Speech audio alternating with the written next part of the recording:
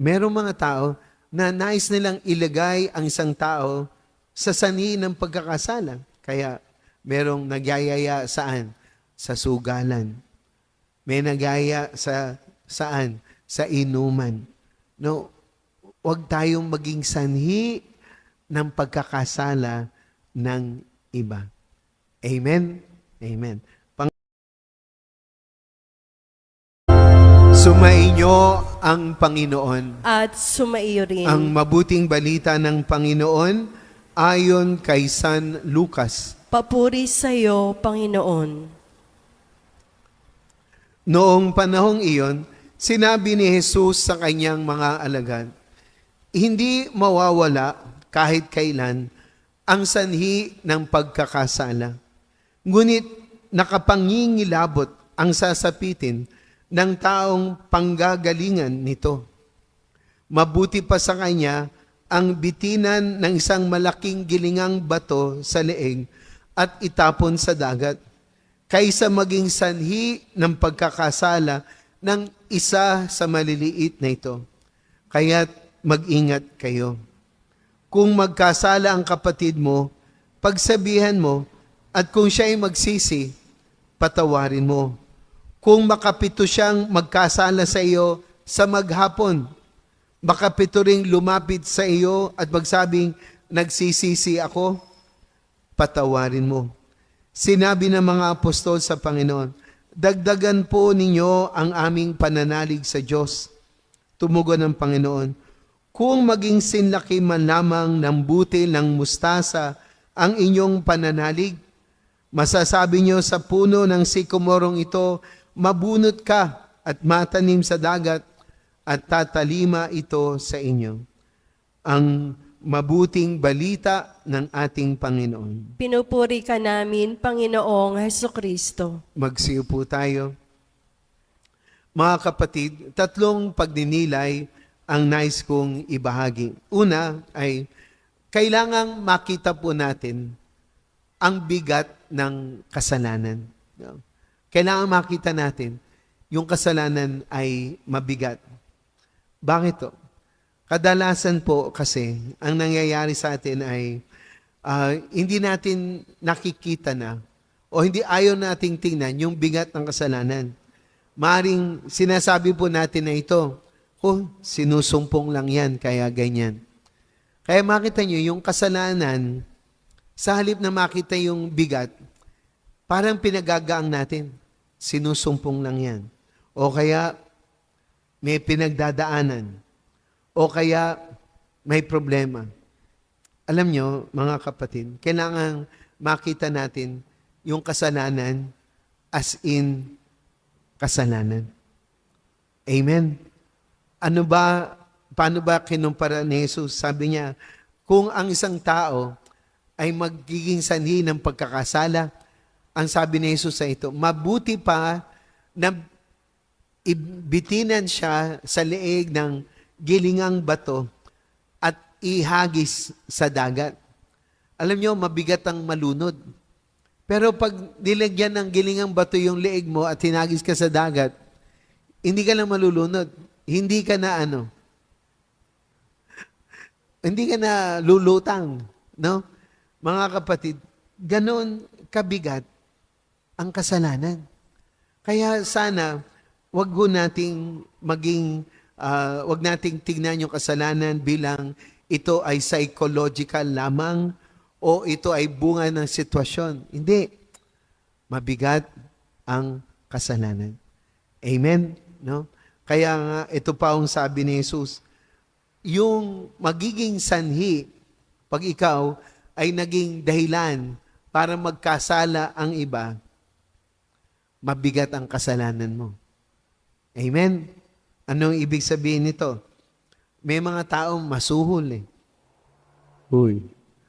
May ibang taong masuhol.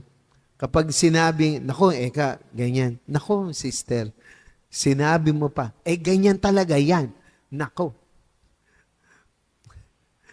Meron ng taong masuhol. Meron ng taong maintriga. No? Lahat na lang, tinitignan niya na merong in mali siya ang lahat ng ginagawa. Merong mga taong maintriga. Merong mga tao na nais nilang ilagay ang isang tao sa sanhi ng pagkakasala. Kaya merong nagyayaya saan? Sa sugalan. May nagyaya sa saan? Sa inuman. No, huwag tayong maging sanhi ng pagkakasala ng iba. Amen? Amen. Pangalawa ay ito. Sabi ni Jesus, kung magkasala sa iyo ang kapatid mo, pagsabihan mo. Mga kapatid, ang mapapansin po natin na ito, kung magkasala sa iyo ang kapatid mo. Makikita niyo po na para kay Jesus, kapag ang isang tao ay nagkasala, ang ituturing mo pa rin sa kanya ay ano? Hello? Ano ituturing natin sa kanya? Kapatid. Hindi ho natin siyang ituturing na iba. Amen po ba? Kasi bakit to? Kasi tayo ganito. Kapag nagkasala sa atin ng isang tao, kahit matalik pa nating kaibigan yan, kahit kasama natin sa simbahan, kahit kamag-anak pa natin yan, kahit tunay nating kapatid, alam nyo, meron tayong tendency na itakwil. Ang sasabihin nga natin, tapos na sa amin ang lahat. Diba? Meron tayong tendency gano'n. Wala na akong pakialam sa kanya. Tapos na. Meron no tayong isang sinasabi ganito. Magsaulian na kami ng kandila. Ano ang tinutukoy na kandila rito? Anong kandilang isasauli? Saan? Kaya tama. Yung kandila sa binyag. Ngayon ganito. Sino ang kinukuhang ninong sa binyag o ninang? Yung kaibigan. Tama po ba? Ngayon, kapag naging kumare na, naging kumpare na, yung relasyon ay lumalalim lalo. Kasi ngayon, hindi na lang kayo magkaibigan. Kayo ay magkumare na dahil saan? Sa pananampalataya. Kaya pag sinabing magsaulian tayo ng kandila, parang sinasabi natin, hindi lang kaibigan ang natapos, pati yung ating ma-espesyal na ugnayan, tapos na. Amen? Kaya nga, mga kapatid, ganito, hindi dapat ganon. Maaari kayong makipagkagalit, pero hindi dapat mawala yung pagiging magkapatid.